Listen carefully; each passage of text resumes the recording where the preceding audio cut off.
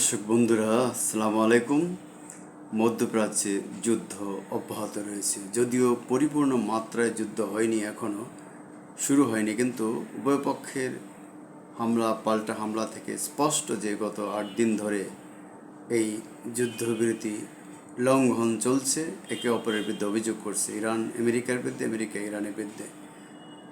এবং তার আগে আমরা জানি গত বছরে 12 দিনের যুদ্ধ হয়েছিল, এবছরের 40 দিনের যুদ্ধ হয়েছে। আমরা জানি যে দুটো অসম শক্তির বিরুদ্ধে যুদ্ধ চলছে।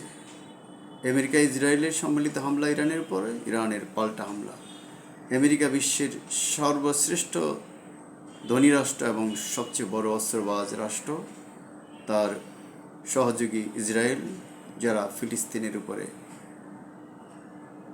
প্রায় 100 বছর ধরে ক্রমাগতভাবে হামলা, নির্যাতন, খুন, গুম করে চলেছে, মানবাধিকার লঙ্ঘন করছে সেই ইসরায়েল। যাই হোক, আমেরিকা এবং ইরানের মধ্যকার যে অসম যুদ্ধে তারা যেভাবে ইরানকে দ্রুত পরাস্ত করতে চেয়েছিল, ইরানের শাসন ব্যবস্থার পরিবর্তন করতে চেয়েছিল, সেটা কিন্তু সম্ভব হয়নি। ফলে এই যুদ্ধে ইরান টিকে গেছে এবং এই যুদ্ধটা কেউ জেতার নয়। যদিও আমেরিকা মনে করছে তার সর্বশক্তি প্রয়োগ করে ইরানকে খুব একেবারেই চাপের মধ্যে রেখে দমিয়ে ফেলবে এবং মধ্যপ্রাচ্যে তাদের রাজত্ব, কর্তৃত্ব, দখলদারিত্ব বজায় রাখবে, কিন্তু সেটা সম্ভব হয়ে ওঠেনি।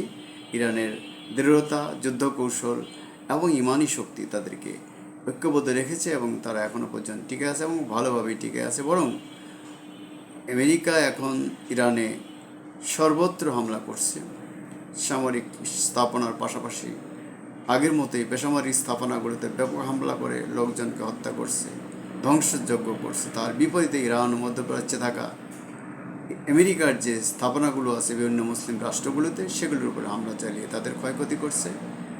ইতিমধ্যে ইরানের মৃত্যু হয়েছে অনেক বেশি, কিন্তু আমেরিকার মৃত্যু এর আগে 13 জন, পরে 2 জন আরও আহত হয়েছে। অনেকের মস্তিষ্কে বিকৃতি দেখা দিয়েছে অনেক সৈন্যের। আমরা জানি ক্ষয়ক্ষতির দিক থেকে ইরান অনেক বেশি। ইরানের আমেরিকার ক্ষয়ক্ষতি বা মধ্যপ্রাচ্যে যে রাষ্ট্রগুলি আছে যারা আমেরিকাকে ঘাঁটি করতে দিয়েছে তাদের নিজেদের স্বার্থে বাদশাহীতন্ত্র বজায় রাখার জন্য, তারাও বেকায়দায় রয়েছে। এর মধ্যেই আল জাজিরার রিপোর্ট হলো ইরানের সর্বোচ্চ নেতা মোস্তফা খামেনি, যার পিতার কিছুদিন আগেই তার লাশ দাফন হয়েছে, আয়াতুল্লাহ আলী খামেনি, তার ছেলে, ইরানের এখন সর্বোচ্চ ধর্মীয় নেতা মোস্তফা খামেনি, তিনি হুঁশিয়ার করে বলেছেন তেহরান ও তার আঞ্চলিক মিত্রদের হাতে যুক্তরাষ্ট্রের এমন শিক্ষা পাবে যা তারা কখনো ভুলতে পারবে না।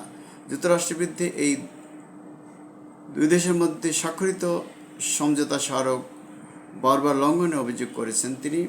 গতকাল শনিবার ইরানের রাষ্ট্রীয় টেলিভিশনে মোস্তফা খামেনির নামে একটি লিখিত বিবৃতি পাঠ করা হয়। সেখানে সর্বোচ্চ নেতা বলেন, গত মাসের সমঝোতা স্মারক যুক্তরাষ্ট্র যেভাবে লঙ্ঘন করেছে তা প্রমাণ করে যে প্রেসিডেন্ট ডোনাল্ড ট্রাম্পের স্বাক্ষর সম্পূর্ণ মূল্যহীন ও অবৈধ। বিবৃতিতে আরও বলা হয়েছে, চুক্তির ক্ষেত্রে মহাশয়তান বারবার অঙ্গীকার ভঙ্গ করে আবার সবার কাছে প্রমাণ করতে চাচ্ছে যে যুক্তরাষ্ট্রের প্রেসিডেন্ট স্বাক্ষর এখন সম্পূর্ণ মূল্যহীন ও অবৈধ। আর জুলুম, আধিপত্যবাদ ও বর্বরতা যুক্তরাষ্ট্রের বিশ্বাস ও নীতির অবিচ্ছেদ্য অংশ। কি কঠিন কথা, কি সাংঘাতিক কথা! যুক্তরাষ্ট্রের বিরুদ্ধে কি কঠিন অভিযোগ! অনেকেই মনে করেন এই অভিযোগ সত্য। মোস্তফা খামেনি লিখিত এই বিবৃতিতে হুঁশিয়ার করে আরও বলেন, এখন যখন মার্কিন শত্রু যুদ্ধ উস্কে দিতে চাইছে এবং আরও বড় মূল্য অপমানের মুখোমুখি হতে চলেছে, তখন তাদের জানা উচিত যে প্রিয় ইরানি জাতি ও প্রতিরোধ ফ্রন্ট তাদের জন্য এমন শিক্ষা প্রস্তুত রেখেছে যা তারা কখনো ভুলতে পারবে না। যুক্তরাষ্ট্রের এই সপ্তাহে ইরানের উপর তাদের আক্রমণ উল্লেখযোগ্যভাবে জোরদার করেছে। তারা ইরানের সেতু, রেলপথ, সমুদ্রের পানি বিশুদ্ধকরণ কারখানা সহ বেসামরিক অবকাঠামো হামলা চালিয়েছে। জবাবে ইরান তার বাহরাইন, কাতার, কুয়েত সহ মার্কিন সামরিক ঘাঁটি থাকা প্রতিবেশী উপসাগরীয় দেশগুলোর হামলা চালানোর কথা নিশ্চিত করেছে। সেই সঙ্গে তেহরান ভারত মহাসাগরের উত্তরে অবস্থানরত একটি মার্কিন জাহাজে হামলার চালিয়েছে বলে তারা জোর দাবি করেছে। এখন কুয়েত কর্তৃপক্ষ বলেছে দেশটির একটি বিদ্যুৎ উৎপাদন ও একটি পানি বিশুদ্ধকরণ কেন্দ্রে ইরান হামলা ক্ষয়ক্ষতি হয়েছে।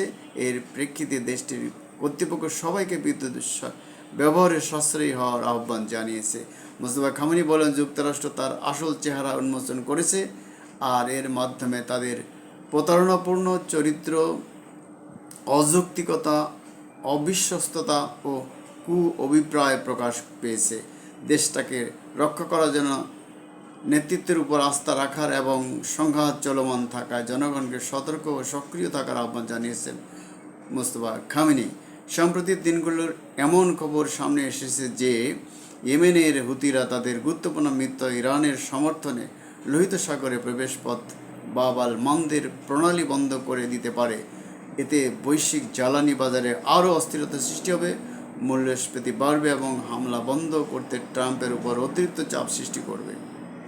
এই যুদ্ধ যুক্তরাষ্ট্রের ব্যাপকভাবে অজনপ্রিয় এবং একটি মার্কিনীদের উপরে অর্থনৈতিক ক্ষতি ডেকে আনেছে। গত মাসে কাতার ও পাকিস্তানের মধ্যস্থতায় স্বাক্ষরিত সমঝোতা স্মারকের লক্ষ্য ছিল যুদ্ধের স্থায়ী অবসানের জন্য প্রয়োজনীয় পরিবেশ তৈরি করা, কিন্তু চুক্তি স্বাক্ষরের পর থেকে ইরান ও ওয়াশিংটন একে অপরের বিরুদ্ধে চুক্তি লঙ্ঘনের অভিযোগ তুলে এই সমঝোতাকে অসমাপ্ত বলে ঘোষণা করেছে। এবং আমরা দেখতে পাচ্ছি যে যুদ্ধ থামার নয়, আমেরিকা তার আধিপত্য বজায় রাখার জন্য মধ্যপ্রাচ্যে বিশেষ করে সৌদি আরব, সংযুক্ত আরব আমিরাত, কুয়েত, কাতার, বাহরাইন, ওমান, ইরাক, এই রাষ্ট্রগুলোতে এবং পার্শ্ববর্তী আরও কিছু রাষ্ট্রের উপরে আধিপত্য বজায় রাখার জন্য, ইসরায়েলি কর্তৃত্ব প্রতিষ্ঠার জন্য, পুনঃপ্রতিষ্ঠার জন্য তার যে চেষ্টা, ট্রাম্পের যে চেষ্টা, সেই চেষ্টা একমাত্র বাধা ইরান। কারণ ইরানকে কোনোভাবেই তারা বসে আনতে পারছে না। কেন তারা বসে আনতে চাইছে এটা সবাই জানে। তারা এর আগে আমরা জানি ইরাকে, লিবিয়ায়, আফগানিস্তানে, ভিয়েতনাম, কোরিয়া, সর্বত্রই এবং বিশ্বের অন্যান্য কিছু রাষ্ট্রে আমরা জানি, দক্ষিণ আমেরিকার কিছু রাষ্ট্রে তারা এ ধরনের আধিপত্য বিস্তারের চেষ্টা করেছে। এরূপ ইচ্ছায় কি অনিচ্ছায় তাদের পদলেহন করছে। ফলে ইরান ইতিমধ্যেই ট্রাম্প, নেতানিয়াহু এবং ইউরোপের কতিপয় নেতা সহ 13 জনের বিরুদ্ধে আসলে মৃত্যু পরোয়ানা জারি করেছে প্রকারান্তরে। সব মিলিয়ে মধ্যপ্রাচ্য পরিস্থিতি এবং গোটা বিশ্ব পরিস্থিতি তালমাতাল হয়ে উঠেছে। তেলের বাজার, গ্যাসের বাজার অস্থিরতা বিরাজ করছে, আমেরিকার অর্থনীতি ধস নেমেছে এবং ইসরায়েল প্রধানমন্ত্রী নেতানিয়াহু ক্ষমতা হারানোর ঝুঁকিতে রয়েছে। তারপরও নেতানিয়াহু গাজা এবং লেবাননে তাদের হামলা এবং হতাহত অব্যাহত রেখেছে। মার্কিন সহায়তায় বিশ্বব্যাপী মার্কিন এবং ইসরায়েলের প্রতি যে ঘৃণা বাড়ছে, এটা আমরা নানাভাবে দেখতে পাচ্ছি। এবং ইরান টিকে থাকবে এই লড়াই, এটা অনেকে বিশ্বাস করছেন, যদিও কর্তৃত্ববাদীরা, মোরলরা চায় না তাদের কর্তৃত্বের অবসান হোক। ইরানকে তারা পদানত করার চেষ্টা করেই যাবে এবং ইরানও মাথায় তুলে দাঁড়িয়ে থাকার জাতি, তারা ঐক্যবদ্ধ অবস্থানও বজায় রেখেছে এবং মার্কিন ইসরায়েলি হামলা প্রতিহত করে চলেছে। বন্ধুরা, debate with Rana new Bangla টিভির পক্ষ থেকে আপনাদের শুভেচ্ছা স্বাগতম। আমার এই চ্যানেলগুলিকে সাবস্ক্রাইব করার জন্য, লাইক শেয়ার করার জন্য আপনাদের প্রতি অনুরোধ জানাচ্ছি। আবারও দেখা হবে আমাদের নতুন কোনো বিষয় নিয়ে, নতুন কোনো সময়ে। ততক্ষণ মধ্যে আমরা ভালো থাকতে চাই। খোদা হাফেজ, আসসালামু আলাইকুম।